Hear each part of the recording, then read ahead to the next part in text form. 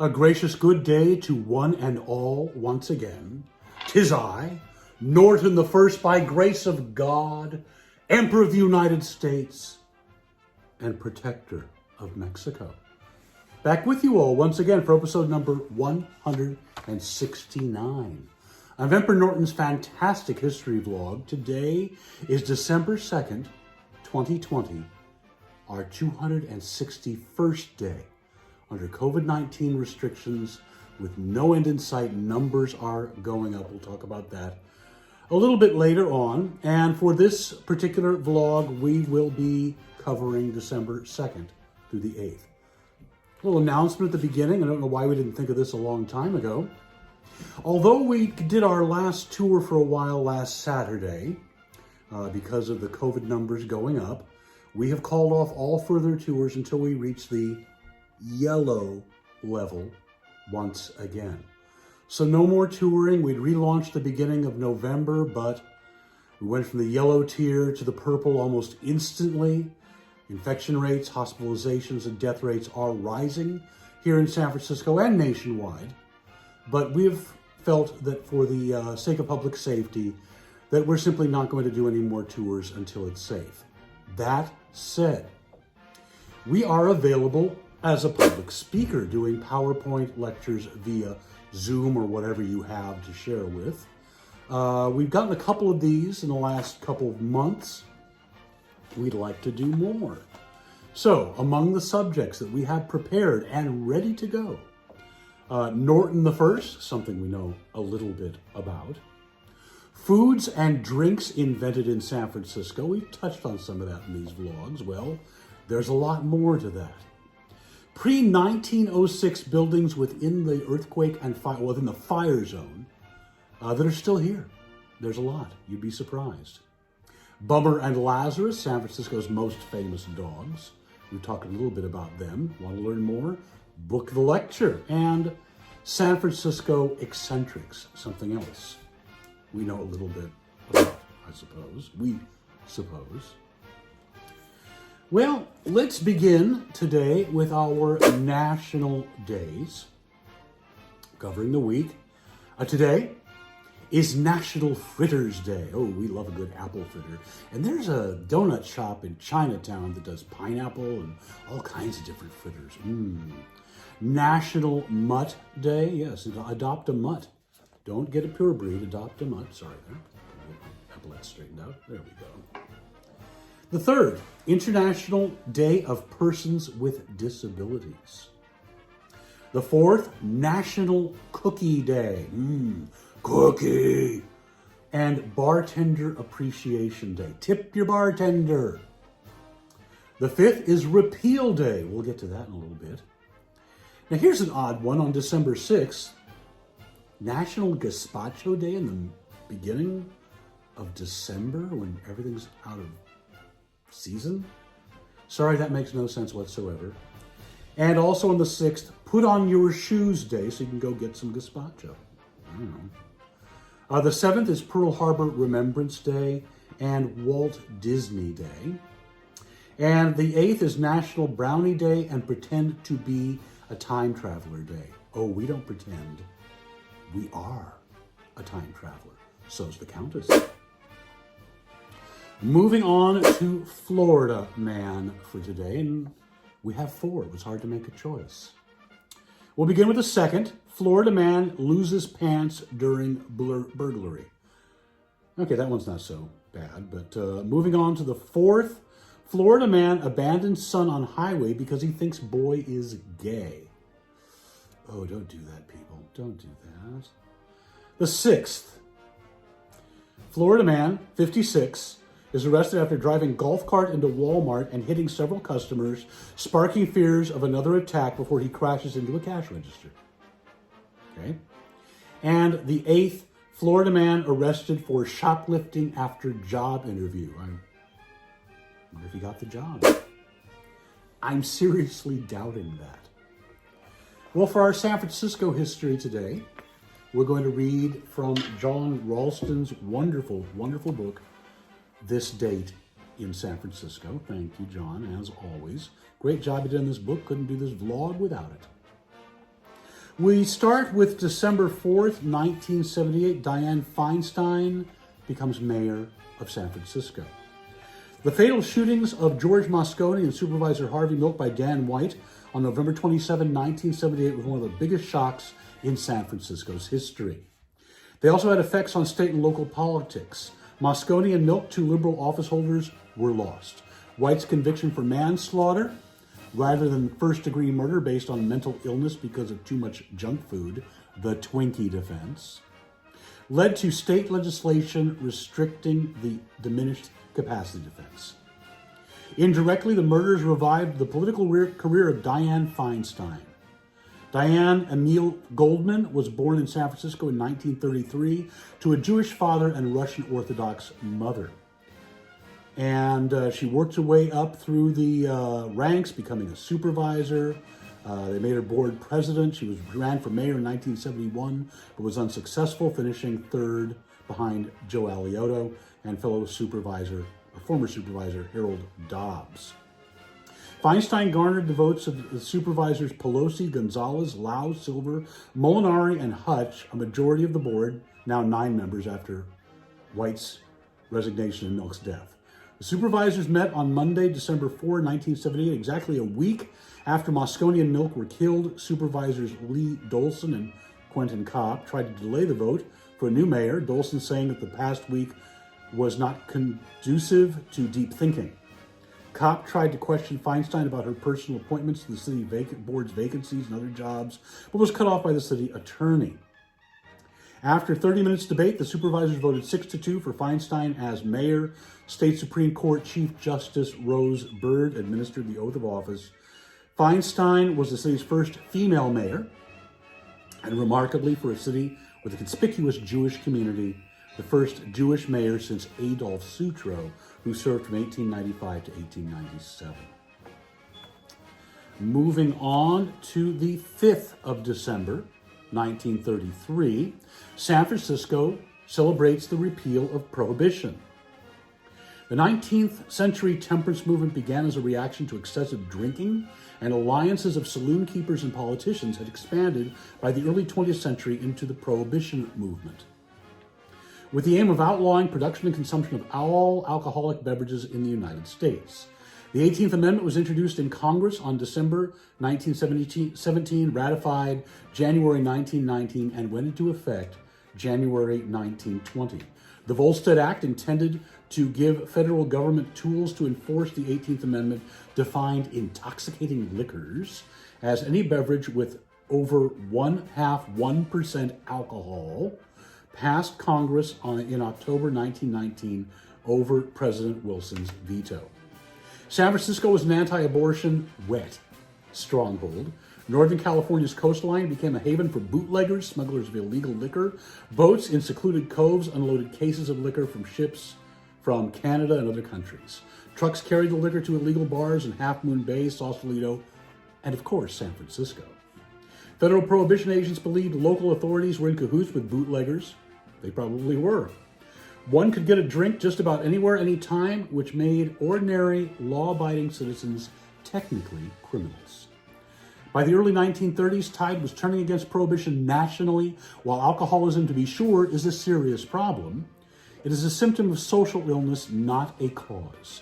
Prohibiting alcohol was seen as a simple-minded solution that just increased crime.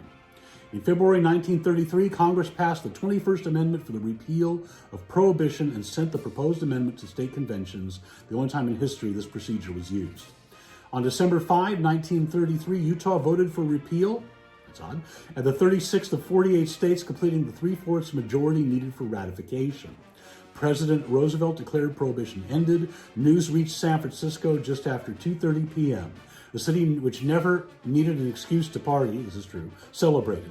The Ferry Building's siren blew, signaling the start of a parade of delivery trucks up Market Street to City Hall, where Mayor Rossi was presented with wine and gin. Retail liquor stores displayed their wares, and we've been celebrating the repeal of Prohibition ever since. We don't need much of an excuse to celebrate around here. Our last item from San Francisco today is from December 8, 1940, Married Again, Diego Rivera and Frida Kahlo. Mexican artists Diego Rivera and Frida Kahlo were famously incompatible lovers who couldn't stand to be together and couldn't stand to be apart.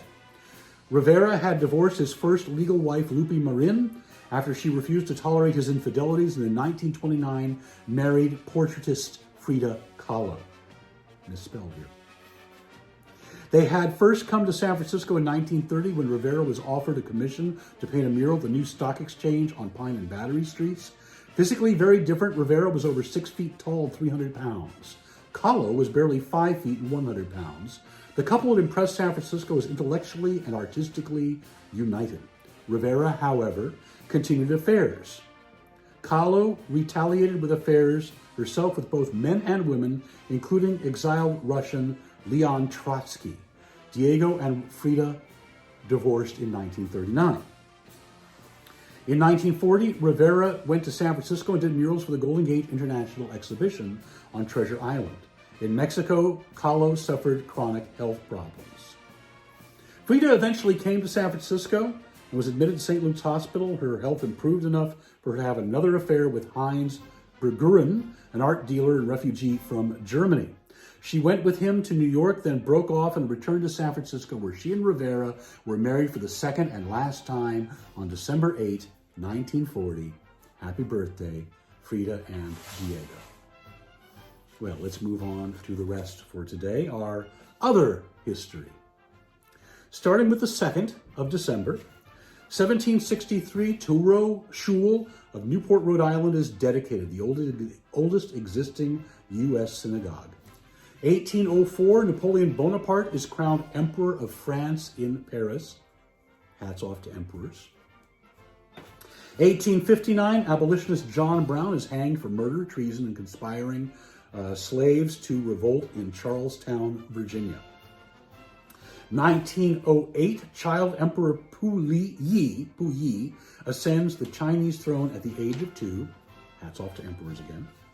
1942, the world's first self-sustaining nuclear chain reaction occurs in Chicago Pile 1 at the University of Chicago, overseen by Enrico Fermi. 1981, Moscone Convention Center in San Francisco opens at 11:30 a.m. They've expanded it massively since then. Moving on to the 3rd of December, 1910, neon lights are first publicly displayed at the Paris Auto Show. 1926, detective novelist Agatha Christie mysteriously disappears for 11 days. 1931, Alka-Seltzer goes on sale. Mamma mia, that's a summer spicy meatball. Hi, Evan. 1947, Tennessee Williams' Streetcar Named Desire premieres in New York City. Stella! I shouldn't do that.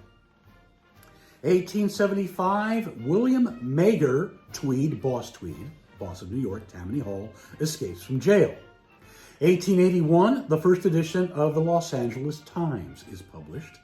1915, the Panama Pacific International Exhibition closes in San Francisco, the most beautiful of all world's fairs. 1921, the Virginia Rap murder trial against Roscoe Fatty Arbuckle ends in a hung jury. A total of 3 trials took place, 2 ended in hung juries. The last one, he was acquitted with an apology from the jury. Ruined his career. 1954, the first Burger King is opened in Miami, Florida. 1961, the Museum of Modern Art hangs Matisse's Le Bateau upside down for 47 days. Moving on to the 5th, 1848, U.S. President James K. Polk triggers the gold rush of 1849 by confirming gold discovery in California, really the pivotal event in our city's history. Pardon me. 1939, as we said earlier, Prohibition ends in the U.S. when the 21st Amendment to the U.S. Constitution is ratified. 1955, the historic bus boycott begins in Montgomery, Alabama by Rosa Parks. 1967, pediatrician Benjamin Spock and poet Allen Ginsberg are arrested in New York while protesting against the Vietnam War. 1988, a federal grand jury indicts the PTL Club founder and Christian evangelist Jim Baker for fraud after he paid hush money to cover up an alleged rape. He was eventually convicted, went to jail, and he's back selling survival food. Total Trumpster. Anyway, enough of that. 2008, human remains previously found in 1991 are finally identified by Russian American scientists as those of Tsar Nicholas II. 2019, Speaker of the U.S. House of Representatives, and also from San Francisco, Nancy Pelosi, announces articles of impeachment against U.S. President Donald Trump will be drawn up for abuse of power. Moving on to the 6th, 1849, Harriet Tubman escapes from slavery in Maryland for the second and final time. 1877, the Washington Post publishes its first edition. 1933, the ban on James Joyce's Ulysses in the U.S. is lifted. 1973, Gerald Ford, sworn in as first unelected vice president, succeeds Spiro Agnew, who resigned over corruption charges. 1994, the Maltese Falcon is auctioned off for $398,590.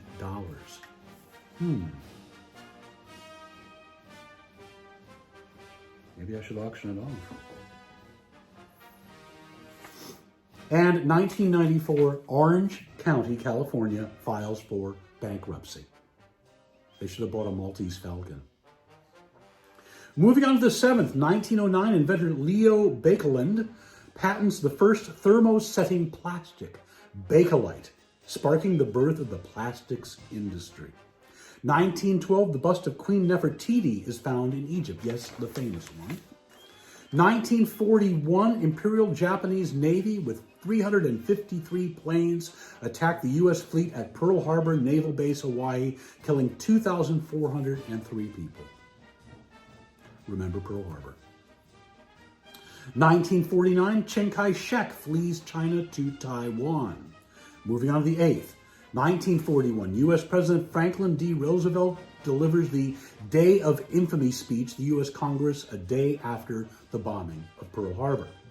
1952, the first TV acknowledgement of pregnancy on I Love Lucy.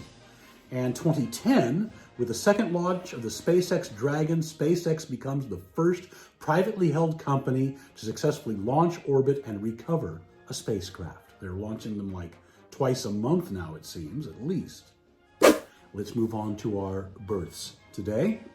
Starting on the 2nd of December, 1859, George Seurat, or Seurat, depending upon how you pronounce it, French post-impressionist painter. 1946, Gianni Versace, the Italian fashion designer, who was later murdered. Moving on to the 3rd, 1857, Polish novelist Joseph Conrad, Heart of Darkness, Lord Jim. 1945, actor Laura Dern. 1948, Ozzy Osbourne. Not a very good imitation, I know. Moving on to the 4th, 1840, Crazy Hawk. Crazy Horse, the Sioux chief. Sorry about that. 1866, Vasily Kandinsky, one of my favorite painters. 1892, Generalissimo Francisco Franco, the dictator of Spain, who is still dead. And 1931, Wally George, American conservative TV commentator, used to be on KDOC out of Anaheim in Southern California. He was born in Oakland. Didn't know that. Moving on to the 5th, 1782, Martin Van Buren, the 8th U.S. president. 1839, George Armstrong Custer. 1931, choreographer Alvin Ailey. Moving on to the 6th now. 1896, Ira Gershwin, lyricist, brother of George Gershwin. 1906, Agnes Moorehead, who was, of course, on Bewitched, but you know what I love her on? Is the movie Hush Hush, Sweet Charlotte. She's great in that. 1938, David Osman of the Firesign Theater. Happy birthday, David. The Firesign Theater had a huge impact on my sense of humor, as well as many others, I would suppose. If you are not familiar with their works, seek them out, but especially Don't Crush That Dwarf, Hand Me the Pliers, And I think we're all bozos on this bus. Happy birthday, David, with the 2 surviving members, along with Phil Proctor. 1957, Andrew Cuomo, American politician and governor of New York. Let's move on to the 7th now. 1761, Marie Tussaud, founder of Madame Tussauds Wax Museum. 1923, did I say 1761 on that last one? I hope so. If not, I just did. Anyway, 1923, Ted Knight, Ted Baxter, from the Mary Tyler Moore Show. You know, the character of Ted Baxter was based partially on Jerry Dunphy, from the desert to the sea of all Southern California, good evening, and George Putnam. It is this reporter's opinion. Anyway, if you're from Southern California, you know what I'm talking about. The 8th of December, 1542, Mary, Queen of Scots. You're Mary, Queen of Scots? I am. Monty Python fans will get that one. 1765, Eli Whitney, inventor of the cotton gin. Oh, that must taste terrible. 1886, well, here he is again, Diego Rivera, the great muralist. Happy birthday, Diego. Speaking of artists, 1894, E.C. Segar, American cartoonist, the creator of Popeye.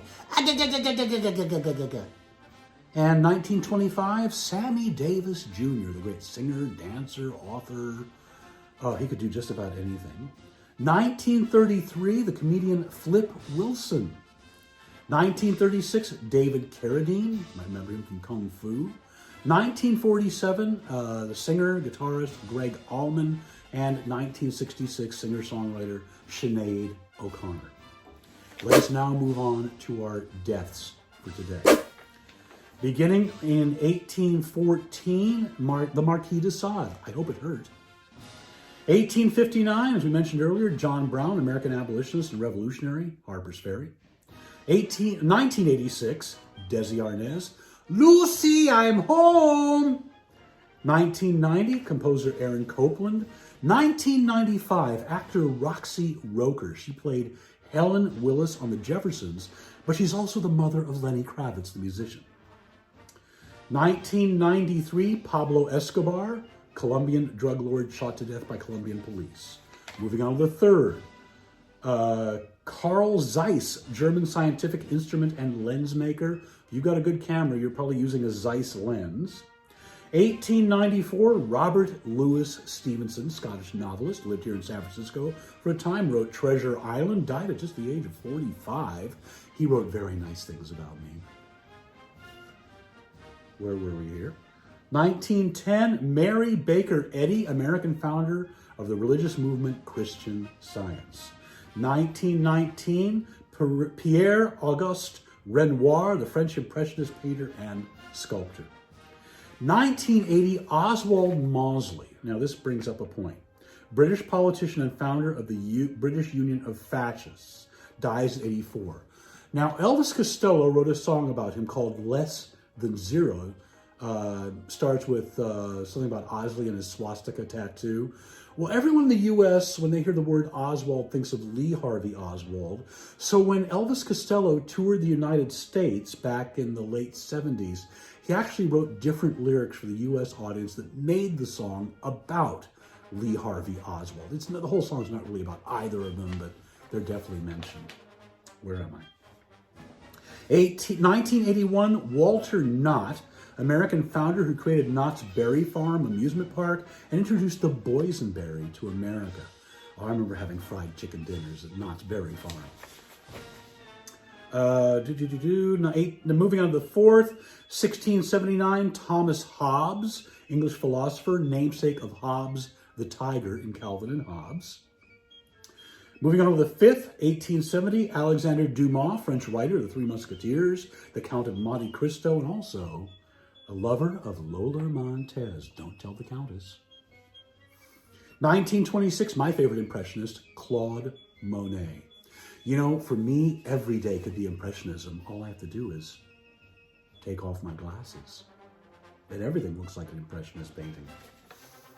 1943, George Washington Carver, famous Black American agricultural scientist. 1982, Hans Conried, actor. You might remember him from The Bullwinkle Show, Fractured Flickers, and the one about fairy tales, Fractured Fairy Tales, pardon me. Also, he was Uncle Tanous on Make Room for Daddy, but his finest role, if you've never seen it, is in The 5,000 Fingers of Dr. T, one of my favorite movies. Check it out. And 1998, we lost Sonny Bono in an unfortunate skiing accident, of course, from Sonny and Cher, songwriter, singer, and former U.S. representative. He was actually a member of the House of Representatives. When he had the accident, he was succeeded by his wife, not Cher, no, they were divorced by then. That'd be something, wouldn't it? Mary Bono, who I think is still serving in that position. Not sure about that, but I think so. 2013, Nelson Mandela, South African anti-apartheid activist, political prisoner from 1962 to 1990, and President of South Africa from 1994 to 1999.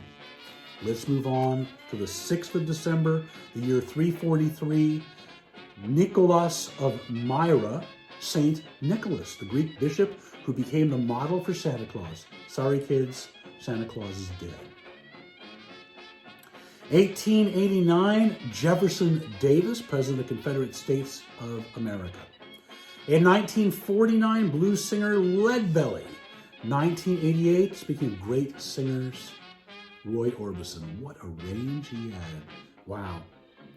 Moving on to the 7th, 1902, the artist Thomas Nast. He was a caricaturist, created Uncle Sam, and I believe as well the donkey and the elephant for the Democratic and Republican parties. He dies of yellow fever at the age of 62. 1970, Rube Goldberg, American cartoonist who made the easy, outrageously difficult machines. Wonderful, wonderful cartoonist.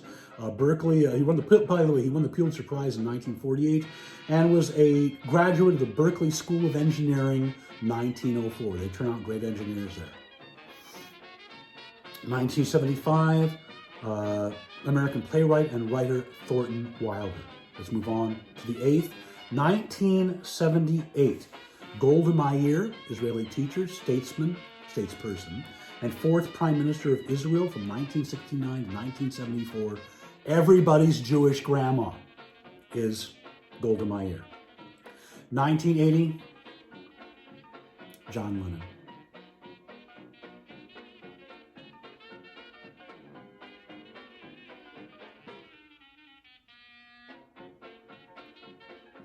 Affected me very deeply, still to this day. Pardon me. 1983, Slim Pickens. Remember him from Dr. Strangelove? He was great in that. 2016, John Glenn, American astronaut, first American to orbit the Earth, and politician. He served as a senator from Ohio. Let's end with a quote today from John Lennon.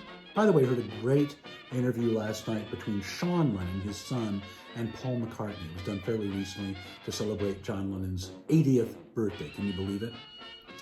There's lots of John Lennon quotes to choose from, but this one's one of my favorites. Let's hope I can get through it.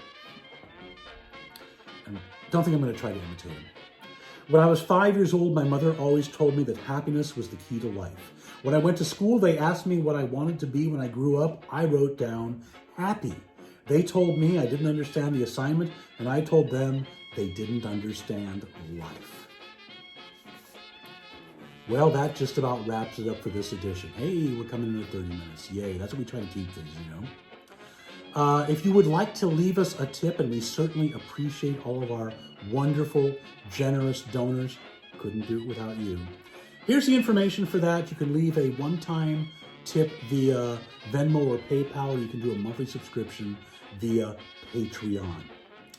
Also, if you would like more information about the tours that we are not currently doing, but there's also a lot of good links on all these websites about San Francisco history. Here's where you get that. sftimemachine.com takes you to a splash page where you can click on more information for the tours that the Countess and I used to do. And there's lots of information on each of those individual websites. And don't forget, we are available for PowerPoint lectures for your organization. So check that out too. Until we see you again, stay safe, stay inside, stay healthy. We should not be experiencing this spike now. Numbers are worse than they ever were. And you know why? Because people didn't stay inside and didn't wear masks. We were in such a hurry to reopen. Gee, I wonder who told us that we just threw all the safety stuff out the window. And by the way, Democratic politicians who violated the rules, I'm talking to you too. We're supposed to set an example. So also, don't take unproven cures that might cure or might kill you, not kill you. Be kind to one another. Until we see you again, a gracious good day.